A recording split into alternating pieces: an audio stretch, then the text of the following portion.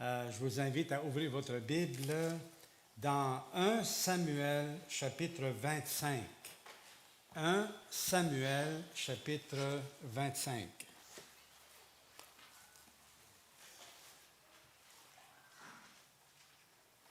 Bon, ça va être un résumé, un survol.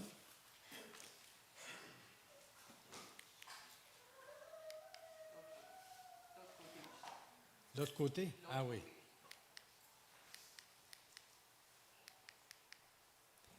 Abigail, femme. Il y a juste les hommes qui l'ont dit.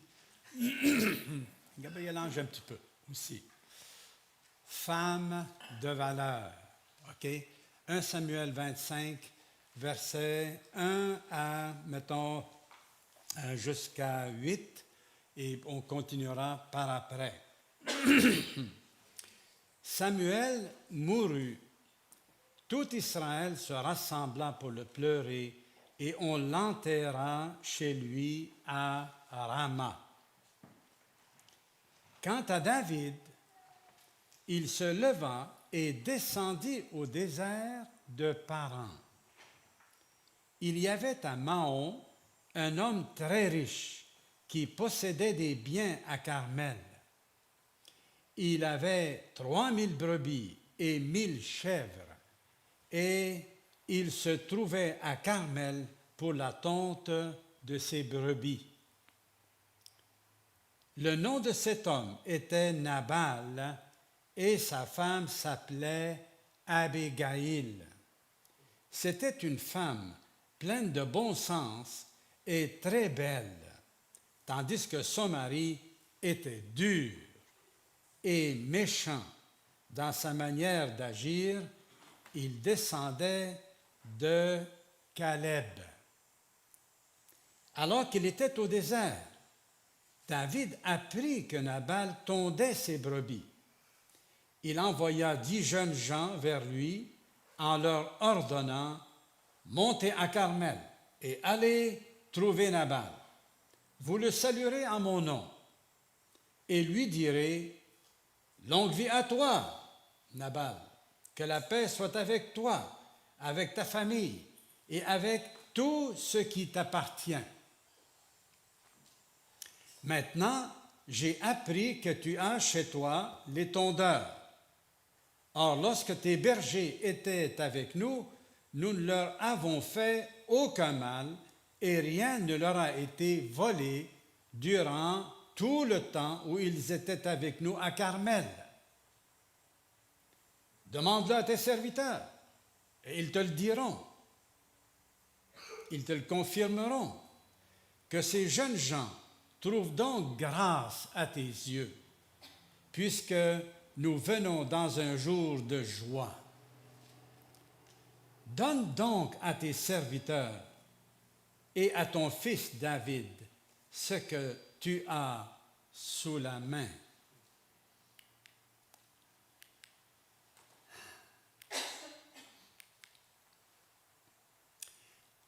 On est dans une période assez particulière. Le verset 1 nous dit « Samuel mourut ». C'est qui Samuel? C'était un prophète et le dernier des juges que Dieu a donné à Israël. Il leur a donné 15 juges durant une période de 350 ans et Samuel était le dernier et qui avait la tâche d'établir un roi. La période des juges a suivi tout de suite la conquête de la terre promise sous la conduite de Josué. Vous vous souvenez de cette histoire-là? Josué qui ont conquis la terre promise? Alors, c'était une période extraordinaire, les victoires après victoires, mais à partir de Josué, la génération qui a suivi n'a pas connu Dieu, n'a pas vu les miracles que Dieu avait faits. Et il semble qu'il y a eu un problème de transmission entre la génération de la conquête et la suivante, de telle manière que la génération suivante a abandonné Dieu et pendant 350 ans à peu près, il n'y avait pas de roi, il n'y avait pas de direction, chacun faisait ce qui lui semblait bon. Vous aimez ça? Vivre une période comme ça? Faire qu'est-ce que vous voulez, qu'est-ce que vous avez envie de faire, sans direction, sans... Ça sent le trouble. Il n'y avait pas de roi. Et c'était comme ça. Il y a eu toutes sortes de bêtises qui ont été faites, toutes sortes de jugements également, parce que le modèle était que quand le peuple s'éloigne de Dieu, alors Dieu les châtie par un autre peuple. Et là, ils se repentent de leurs péchés, ils demandent pardon à Dieu, et Dieu revient à eux jusqu'à un certain temps. Et ensuite, là, ils retombaient encore dans le péché, et c'était ainsi de suite, jusqu'à ce qu'on arrive à Samuel. Samuel a établi un roi qui s'appelait Saül, le premier roi en Israël, un roi selon le désir du peuple. Et donc, c'est une période assez étrange, parce que même ce roi-là, Saül, il a bien commencé, mais rapidement, à son tour, il a tombé dans ses travers et il a commencé à s'éloigner de Dieu et à choisir qu'est-ce qu'il doit obéir à Dieu et qu'est-ce qu'il n'obéira pas. Et Dieu n'était pas content. Alors Dieu l'a rejeté, carrément. Il dit, tu ne seras plus roi en Israël. Et Dieu a choisi un autre homme qui s'appelait David. Or, David est encore jeune.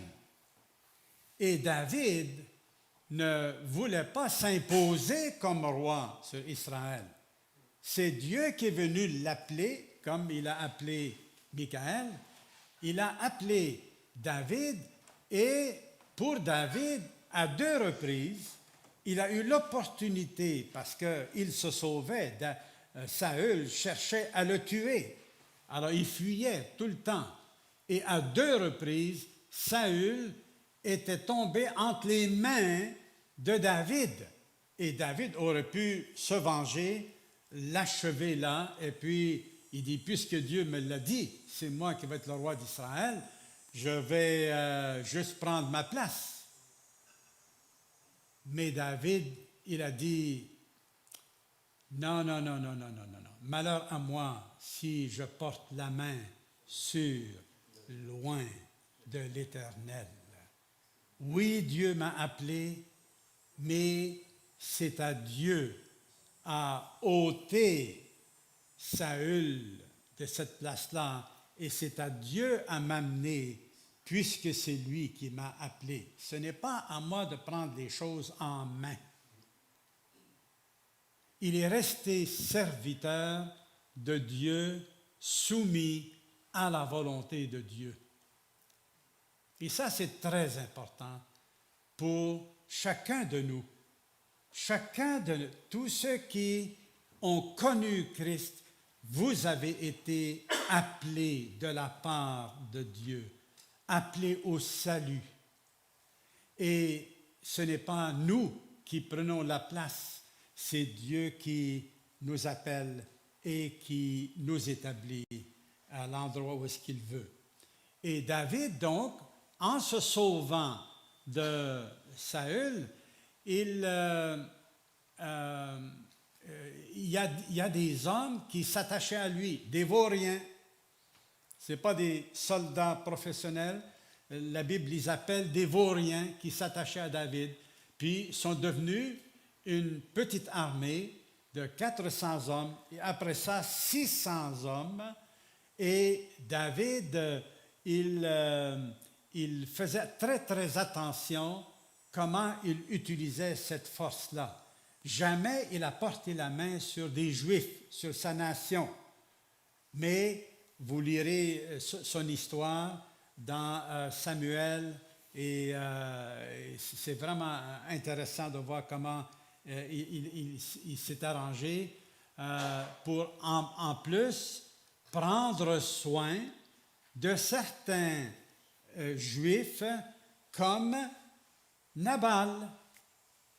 Alors Nabal aurait pu être attaqué par toutes sortes de tribus errantes, des tribus rebelles qui vivent du vol, tout simplement, purement et simplement. Ils passent leur temps juste à voler une tribu là, une autre tribu là.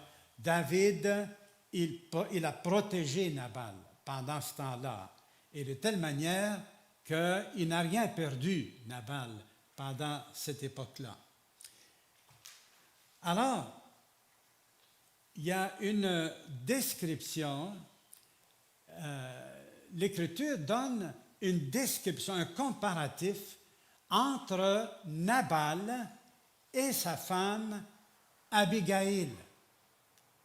Il est écrit que, tout d'abord, la signification du nom Nabal, c'est fou, insensé.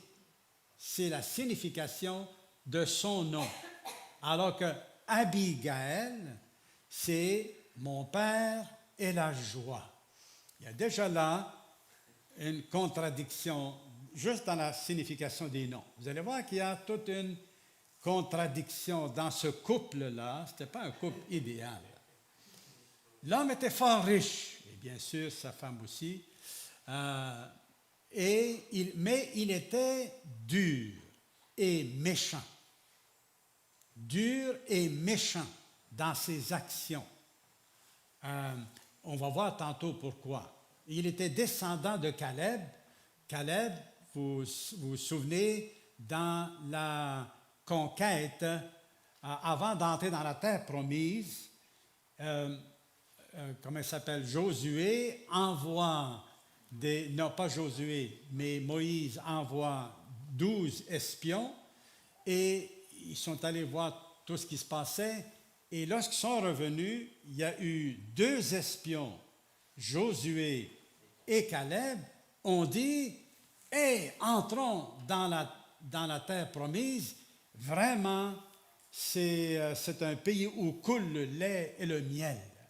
Comme Dieu nous l'a dit. Entrons, ayons confiance. » Mais les 10 autres ont dit « Non, non, non, non. As-tu vu les géants qu'il y avait là? » Et ils ont réussi à amener tout le peuple du côté de la rébellion.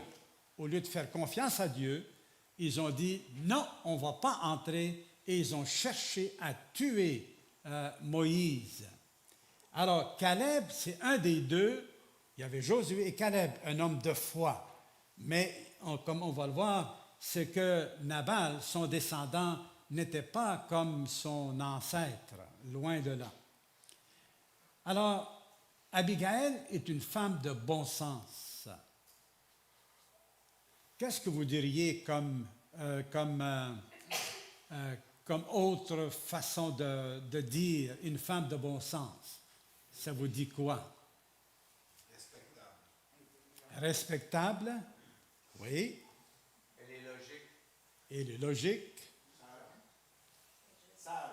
Sage, hein? De bon sens.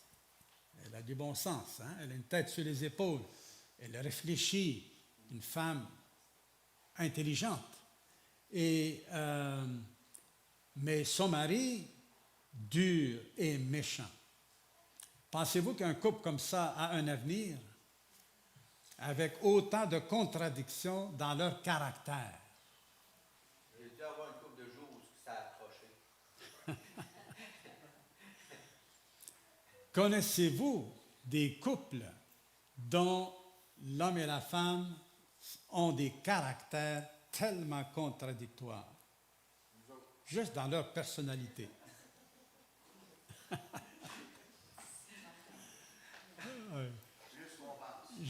on reste dans l'anonymat. Hein. Mais ça arrive, il y a des couples, OK, qu'on dit ils ont des problèmes de personnalité. Ils n'ont pas du tout, ça ne s'entend pas. Et c'est pour ça que, boum, boum, boum, hein, il y a souvent des querelles, querelle après querelle. Mais comme on va voir, les problèmes de couple, c'est pas juste parce qu'on a des caractères contradictoires. Mais le problème sous-jacent est un problème spirituel. Et ici, comparatif, oui. Alors là, David, il fait une demande. Il envoie des jeunes hommes et avec une diplomatie moyen-orientale, hein, comme on l'a lu. Et je ne peux pas vous le définir, toute cette... Je l'avais tout écrit là, mais comme le temps avance un peu. Mais David, évidemment, il va rappeler à Nabal qu'ils ont été bons avec lui, ils ont été protecteurs. Va dire demande à tes serviteurs, tu vas voir si toi tu t'as oublié. Et David, il faut qu'il nourrisse ses hommes. Donc là, il a fait une demande à Nabal pour que Nabal lui donne un peu de nourriture pour ses hommes. Plutôt que d'être reconnaissant, alors, puisque le texte dit qu'il avait un cœur dur et méchant, quelle a été sa réaction? Alors, verset 9. Lorsque les hommes de David furent arrivés, ils répétèrent toutes ces paroles à Nabal au nom de David. Puis ils se turent. Nabal répondit aux serviteurs de David, « Qui est David? Et qui est le fils d'Ésaïe? Il y a aujourd'hui beaucoup de serviteurs qui s'échappent de chez leur maître, et je devrais prendre mon pain, mon eau, mon bétail que j'ai tué pour mes tondeurs, pour le donner à des gens qui sortent de je ne sais où. » Alors, est-ce qu'il était gentil, ce monsieur-là? Non. Non, c'est voilà. Donc, Nabal a été arrogant. Il regardait David de haut. Qui ne connaît pas David? À l'époque, David était très connu. C'est lui qui livrait les batailles de l'Éternel. Il sortait à la tête de l'armée sous le leadership de Saül. C'est Saül qui le nommait. Et sa popularité à David a rempli le pays. C'est ce qui a rendu Saül jaloux. Et donc, il le connaît bien. Mais là, il a au contraire eu cette attitude de mépris. Et ça, évidemment, lorsque les jeunes hommes sont venus dire ça à David, ça a mis David en colère. Et là, il dit à ses hommes, que chacun saigne son épée. Et sur les 600 hommes, il prend 400 hommes avec lui pour aller corriger Nabal et tout détruire, comme il le dira plus tard. Oh là là là là. Alors, le pire chez Nabal fait ressortir le pire chez David. David, la colère est tellement grande qu'il veut se venger, il veut détruire Nabal et toute sa maison. C'était ça son objectif. C'est pour ça qu'il va avec autant d'hommes, 400 hommes. Il n'avait pas envie d'aller lui dire merci. Le pire chez Nabal fait ressortir le pire chez David. Des fois, dans un couple, le pire chez l'un fait ressortir le pire chez l'autre. C'est pas vrai?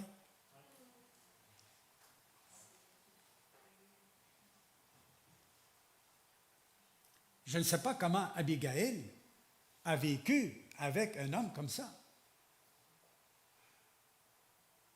Mais on va le voir. On va le voir. C'est quoi son secret? Son attitude.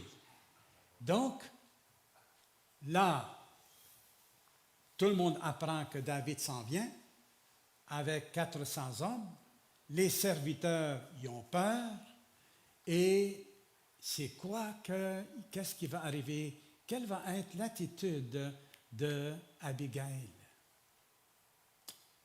Elle est mise au courant, au verset 14, par un des serviteurs. Et là, finalement, le serviteur lui dit, ben, sache maintenant et vois qu'est-ce que tu as à faire. Mais là, David s'en vient, il va tout détruire ici. Alors, fais qu'est-ce que tu as à faire. Le serviteur, il s'en va lui dire ça. Qu'est-ce qu'elle va faire? Voici un peu quelques options. D'après vous?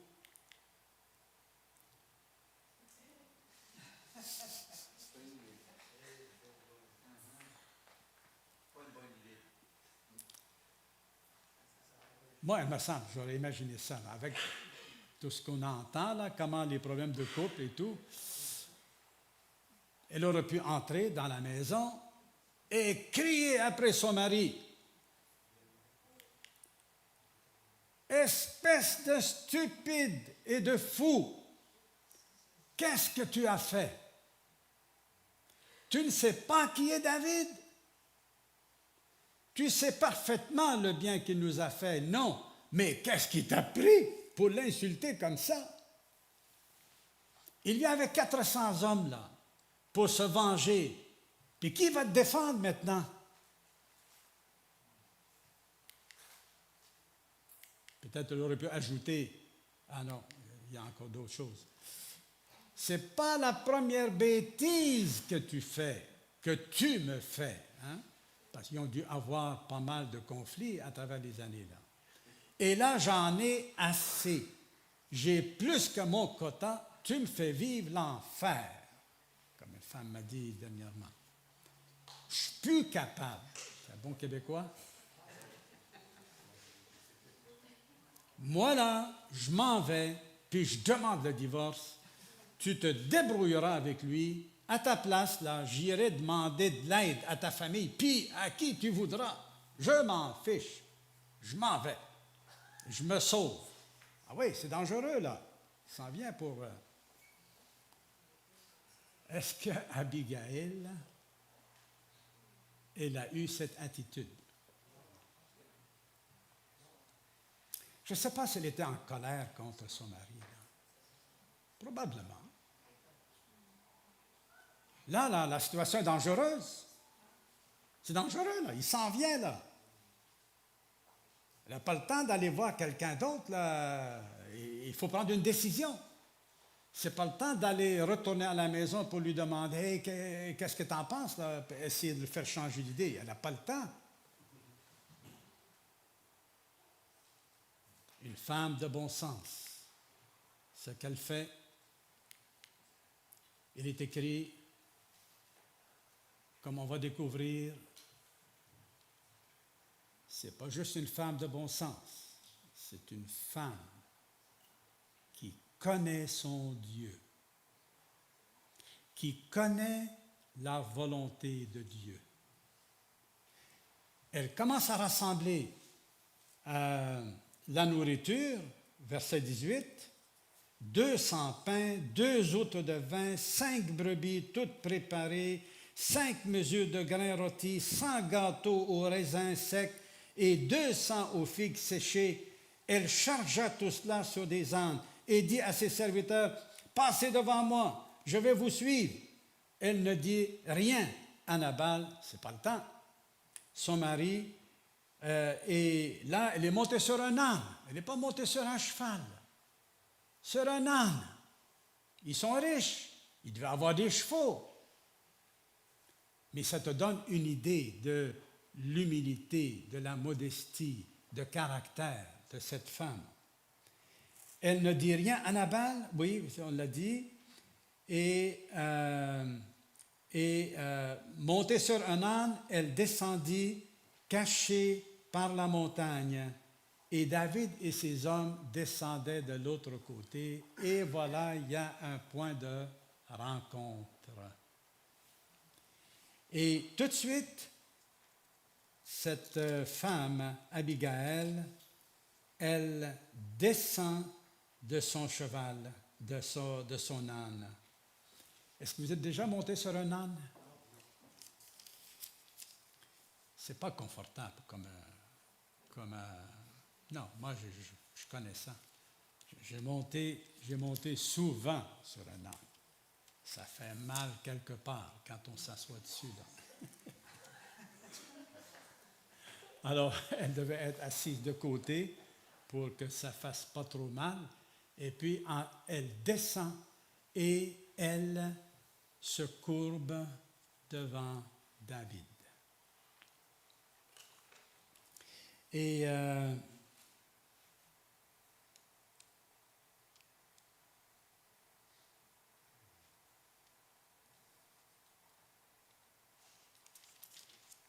Et ce qu'elle fait, elle demande pardon. Elle ne met pas tout le paquet sur son mari, mais elle assume le fait qu'elle est associée avec son mari. Elle assume en partie, mais en disant quand même à David, écoute, n'écoute pas cet homme-là, n'écoute pas, il s'appelle Nabal, il est fou. Alors, ne l'écoute pas, mais pardonne à ta servante. Et elle met Dieu dans la relation entre elle et lui. Tu vois que, regarde le verset 23. Lorsqu'Abigail aperçut David, elle descendit rapidement de l'âne, tomba sur son visage devant lui et se prosterna contre terre. Puis, se jetant à ses pieds, elle dit, « C'est ma faute, mon Seigneur. Permets à ta servante de te parler et écoute ses paroles.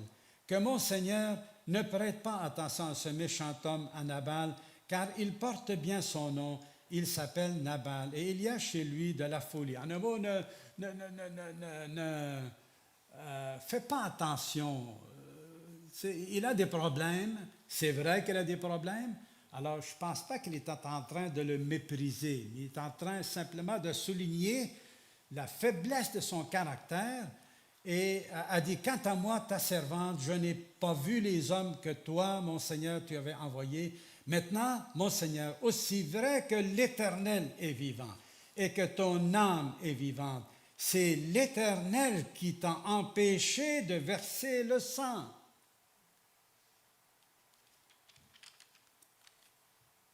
David, homme de Dieu, mais rempli de colère à ce moment-là. Il n'est pas très spirituel, là. La seule pensée qu'il a dans sa tête, c'est d'aller se venger. D'aller se venger et de prendre la nourriture et de prendre les biens qu'il y avait chez cet homme-là. Mais elle, c'est une femme de Dieu. Puis là, elle lui ouvre les yeux en lui disant, « Regarde, c'est l'Éternel qui t'a empêché de verser le sang parce que je suis là. » Elle prend quasiment pour acquis qu'il va l'écouter. Dieu est entre toi et moi. Et dans tous nos couples, là, les problèmes de couple, c'est des problèmes spirituels à la base. C'est des problèmes spirituels à la base, frères et sœurs.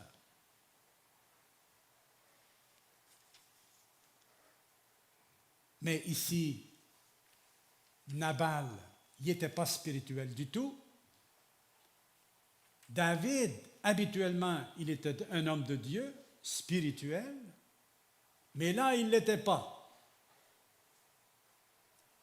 Abigail, elle était une femme spirituelle, autant avec son mari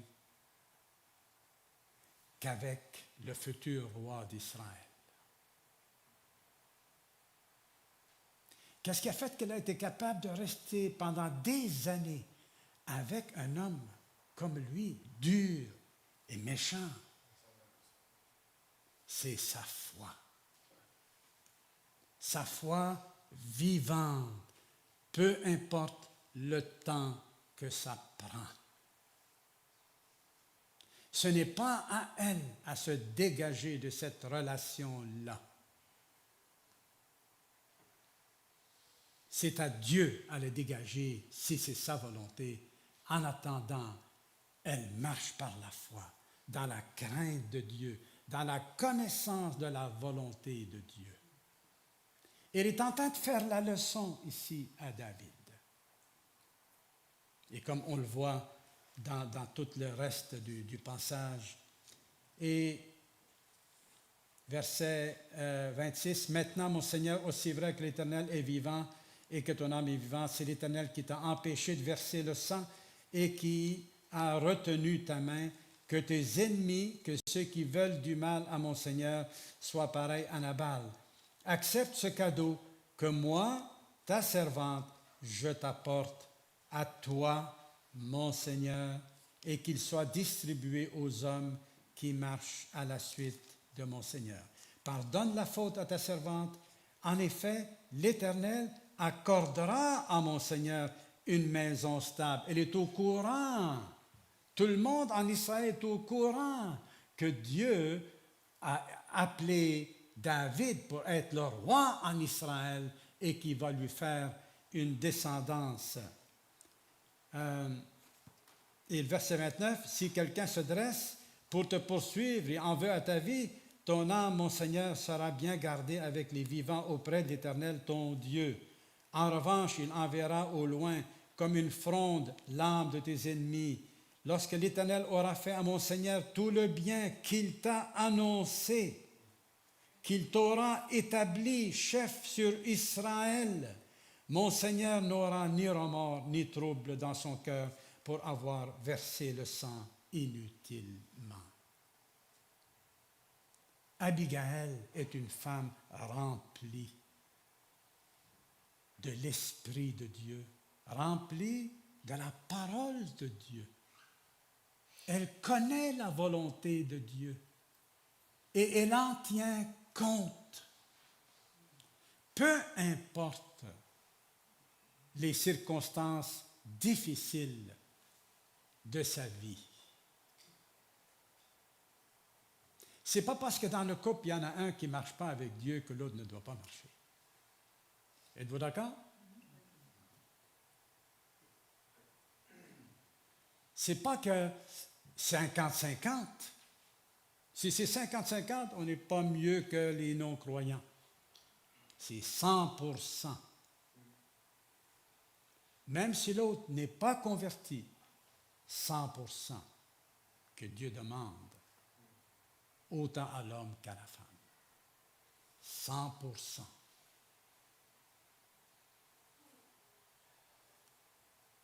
Le croyant cherche à gagner l'autre par sa conduite, par ses attitudes, qui reflètent le caractère de Dieu.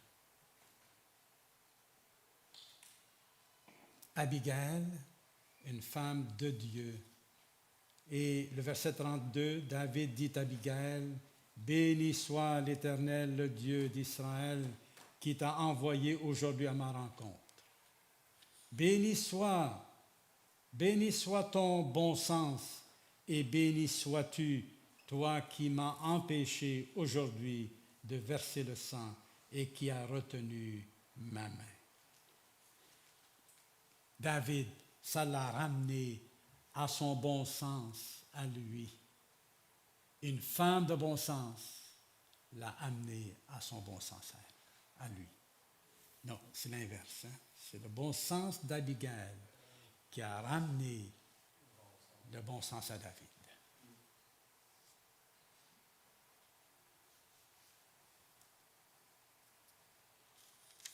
pour faire... Vous me donnez encore 2-3 minutes?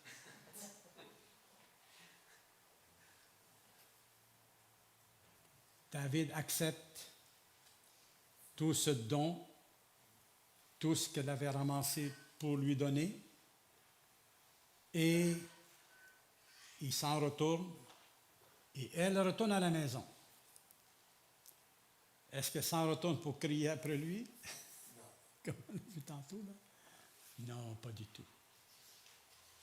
Elle s'en va le voir directement pour l'informer de ce qui vient de se passer, qu'elle lui a sauvé la vie. Mais il était ivre. Alors, une femme de bon sens, elle choisit le bon moment pour parler à son mari. Elle choisit le bon moment. Ce n'est pas le temps de lui parler pendant qu'il est ivre. Qu'est-ce que ça aurait produit? Chicane. Hein? La chicane. Est-ce que ça aurait abouti à quelque chose? Non. Pas du tout. Elle a dit, je vais attendre. Elle l'a laissé dormir, patiente. Pourquoi? Parce qu'elle craint l'Éternel. Elle a confiance en Dieu. Donc, je peux attendre. Parce que Dieu est souverain. Et il l'appuie. Et le lendemain, elle s'est assise avec lui et lui expose tout ce qui s'est passé. Et lui, il ne la remercie pas. Un homme qui a le cœur dur, qui a un signe de pièce dans le cœur, parce qu'il était riche en même temps, ça endurcit le cœur.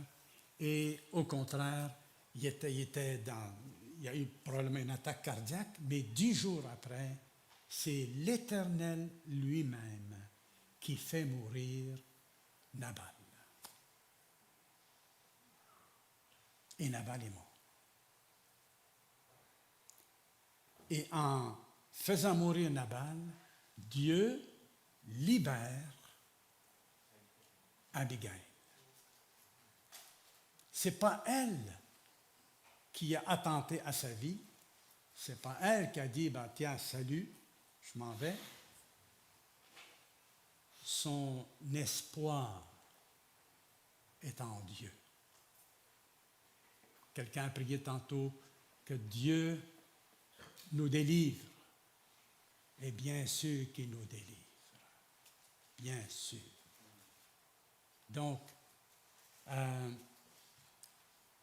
n'y a pas de place pour se plaindre de notre sort, frères et sœurs. Je peux vous le dire bien clairement. Se plaindre de notre sort, les non-croyants le font aussi. C'est comme si je dis à Dieu, Seigneur, ben là, tu me maltraites, là. Tu ne me traites pas bien. Tu vois bien qu'est-ce que je vis, là? Regarde, là, qu'est-ce que je vis, là? Puis tu me laisses là-dedans.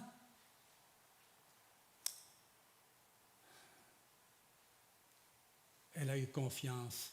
Et quand David a appris que Nabal était mort, tout de suite, spontanément, il lui envoie des hommes pour lui proposer un mariage. Il vient de se connaître, mais il a discerné chez cette femme un bon sens exceptionnel, une crainte de Dieu, une maturité dans la foi, et il a voulu la marier tout de suite. Et est-ce qu'elle a accepté? Ah, vous avez lu l'histoire avant, hein? Il est écrit au verset 42, Abigail partit immédiatement, montée sur un âne encore et accompagnée de 5 jeunes filles. Elle suivit les messagers de David et devint ainsi sa femme. Dieu a libéré Abigail en son temps. Pas en son temps à elle, en son temps à lui. Elle, femme de foi, est prête à vivre, à servir Dieu auprès de son mari à mettre Dieu en évidence aussi longtemps que ça prend. On ne met pas de limite à Dieu, qui on est. On fait confiance à Dieu pour lui rester fidèle. Et Dieu, en son temps, a libéré Abigail et elle est devenue légitimement la femme de David. Il peut y avoir des caractères contradictoires dans l'Église, parmi les croyants. Pas vrai? J'en ai vu beaucoup, beaucoup, beaucoup, beaucoup. Et il peut arriver aussi sur le lieu du travail aussi. Et Dieu dit aux serviteurs, aux employés, il dit quand tu as un boss qui est méchant, qui est dur, qu'est-ce que Dieu lui dit? De supporter, de servir Christ. Servir Christ pendant qu'il sert son patron. Sert Christ. C'est quelque chose. C'est complètement une vision de la vie complètement différente. Que Dieu nous aide. En politique, il y en a-tu des contradictions? Il y en a-tu? Mais s'il y a des chrétiens qui sont là et qui servent le Seigneur là, ils doivent le faire d'une manière qui honore Dieu. Autrement, ils ne sont pas à leur place. Prions Dieu, s'il vous plaît, ensemble. Notre Dieu, merci infiniment pour cette belle histoire. Ça fait longtemps qu'elle a eu lieu, mais on s'identifie à Abigail, Seigneur, ou à son mari, ça dépend. Mais, mon Dieu, merci de nous donner Abigail comme modèle de conduite. Et on retrouve ces mêmes enseignements-là dans le Nouveau Testament. Aide-nous, Seigneur Jésus, aide-nous à suivre l'exemple d'Abigail et à t'honorer, peu importe les situations dans lesquelles nous sommes placés. Amen.